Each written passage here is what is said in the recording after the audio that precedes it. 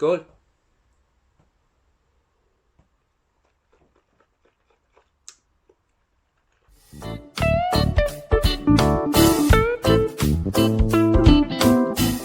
Hello everyone and welcome back to my channel. Just got back from vacation with the children on a small island on the west coast of Denmark called Fanø. I got a lot of good stuff with me back home from that island. You're gonna see more about that in future videos, so I hope you stay tuned. There's a lot of good, very good stuff I got back from there. But today I'm moving on with the bourbon reviews, and this one is the second to last bourbon reviews this time around. Maybe I will revisit bourbons in the future, but for now this is the second to last. This one I've tasted before once. It's called the Maker's Mark. I have my notes here, so I'm just going to be looking at them a little bit as well. It costs around 220 Danish crowns for 70 centiliters. It is 45% alcohol, and it's not artificially colored, but it is chill filtered, and it is aged on new American white oak. In this particular bourbon, rye isn't part of the recipe. That's very unusual for bourbons. Instead, together with the malt and the corn, corn of course being the primary corn, they use some kind of wheat. In Danish it's called red winter wheat. I don't know if it translates directly into that in English, but that's what we call it here in Denmark. And as I said, it's combined with the malt and the corn, and this is how they make this. Yeah, it's gonna be a little bit interesting to see how it tastes without that. The rye usually gives it a little bit of spice and a little bit of maybe bitterness and a little bit of, you could call it kick, or a little bit of edge to it on top of the very heavy and sweet and kind of fat corn, and also the sweet malts. So what this, maybe it's a little bit more light, maybe it's a little bit more easy to drink when it's only a wheat instead of a rye. So yeah, but let's look into it. Exciting. It's been a long time since I've made a video, so kind of excited about this. I'm using my beautiful Dunkeren glass, the crystal glass here with the Prismacut, decorations on it. Very beautiful. So color is golden, leg or medium to, yeah, medium. Yeah.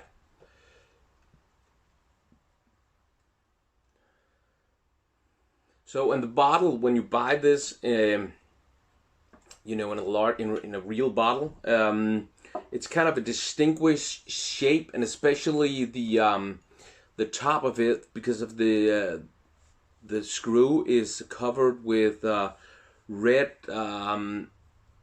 Maybe it's rubber, melted red rubber. It almost looked like like candle lights melted down over the top of the bottle. Actually looks kind of cool, but it's gone when you open it, so it's only kind of cool when before you open it.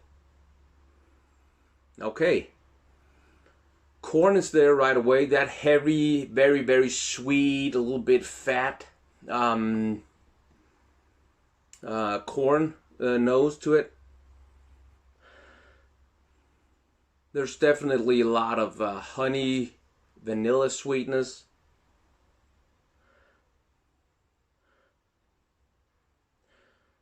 But there's also a little bit of sharpness to it, a little bit of kick to it, but that's mostly the alcohol.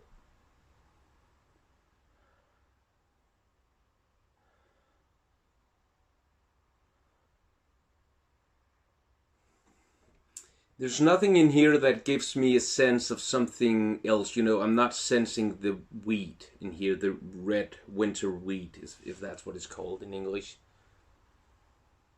But there is a little bit of malt, but only just a tiny, tiny hint in back. I'm not getting any oak at all. So yeah, corn, vanilla, and honey sweetness. That's pretty much it. Then there's a little bit of kick, sharpness from the alcohol, and way in the back, way in the back, a little bit of malt. Yeah, it's good.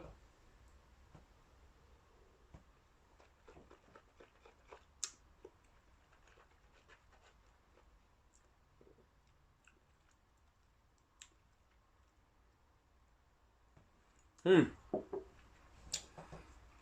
little bit of sharpness to the tongue, probably because it's kind of it's like 14 days ago since I had my last kind of strong spirit, but not really sharp, only kind of a little kick to it. The finish is a little bit flat, a little bit simple, a little bit boring.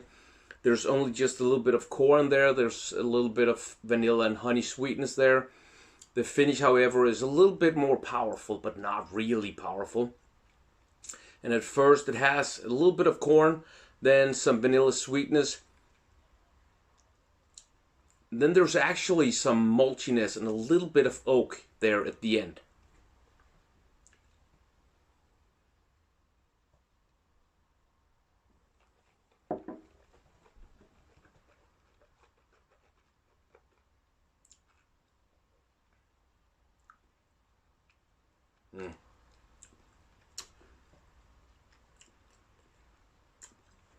So, as I just described it, that's actually how it is. Sometimes it changes the second time you sip it, but this one was, maybe that's probably because it's a little bit simple, it's a little bit plain, it's a little bit, yeah. I wouldn't say that it's easy to drink because there's actually some sharpness there. You can feel that 45% alcohol, you can actually feel that. So if you're not used to those kinds of things, maybe it's not for you. It's not sweetness overload. There's quite a lot of corn, especially at the nose and at the palate. There's some vanilla and honey sweetness, especially at the nose and the finish. And then there's just little hints of oak and malt and all that other good stuff, just sprinkled around the nose, palate, and the finish. 220 Danish crowns is actually a reasonable price for this because, yeah, you can drink it, but it's nothing amazing. Where to put this? This probably would be good in cocktails as well. I think it's above average because it does taste good.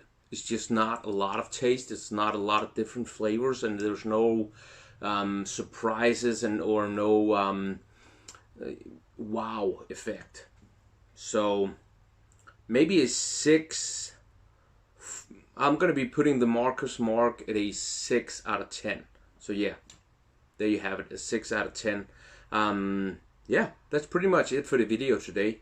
I hope you will stay tuned for maybe tomorrow, hopefully Friday at the latest. I will be doing the last bourbon review with this time around, and that is going to be the Old Forester.